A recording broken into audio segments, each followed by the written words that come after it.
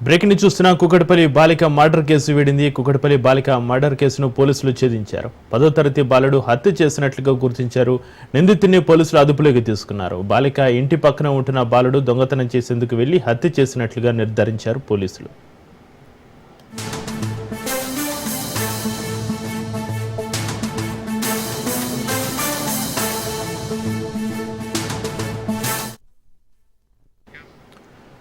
దొంగతనం ఎలా చేయాలో, ఎలా తప్పించుకోవాలో, ఎవరైనా అడ్డొస్తే ఎలా తప్పించుకోవాలో పక్కా ప్లాన్ వేసుకున్నాడు బాలుడు. ఇంట్లో దేవుడి దగ్గర హుండీ పగలగొట్టడానికి ప్రయత్నించాడు ఆ బాలుడు. ఇంట్లో చొరబడి 80,000 దొంగతనం చేశాడు.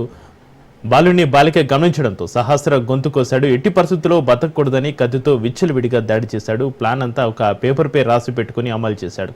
ఇంగ్లీష్లో దొంగతనం గురించి రాసుకుని అమలు చేశాడు ఈ బాలుడు.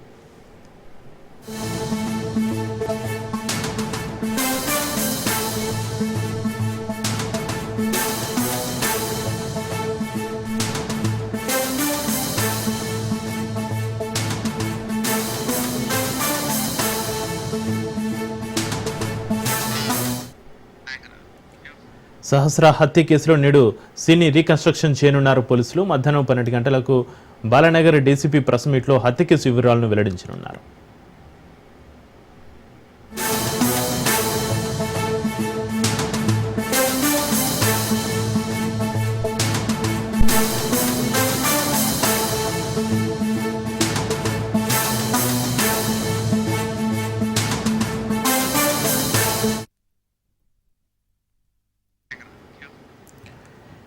ఇక కుకట్పల్లి బాలిక మర్డర్ కేసుకు సంబంధించి మరిన్ని అప్డేట్స్ ని మా ప్రతినిధి రత్నకుమార్ ఫోన్ లైన్ అందిస్తారు. రత్నకుమార్,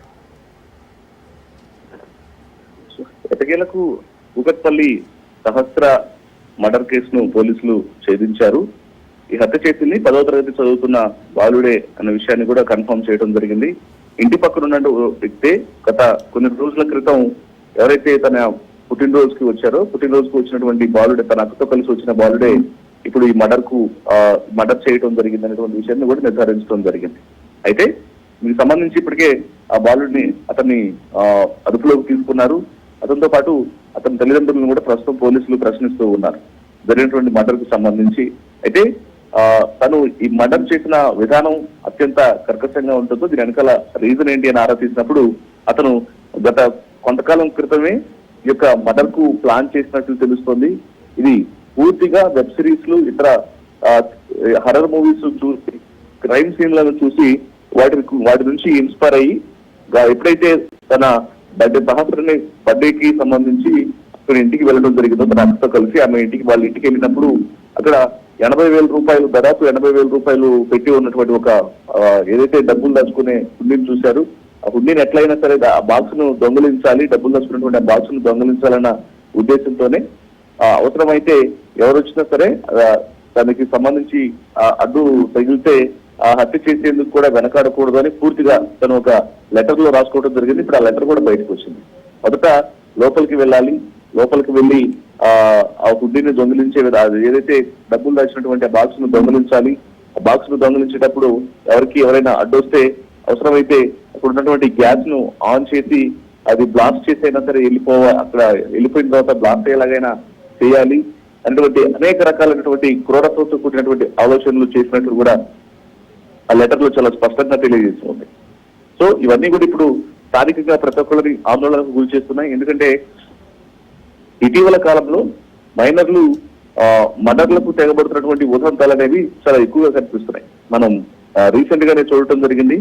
ఇక ప్రియుడితో కలిసి ఒక మైనర్ బాలిక ఏకంగా తల్లినే హత్య చేసినటువంటి ఘటన జీడిమెట్ల పరిధిలో చోటు చేసుకుంది. ఆ ప్రియుడితో కలిసి పారిపోవాలని ఫోన్లలో మాట్లాడుతున్నందుకు అత్యంత కర్కశంగా ప్రియుడితో కలిసి ఆమెను హత్య చేసింది రెండవ కూతురు.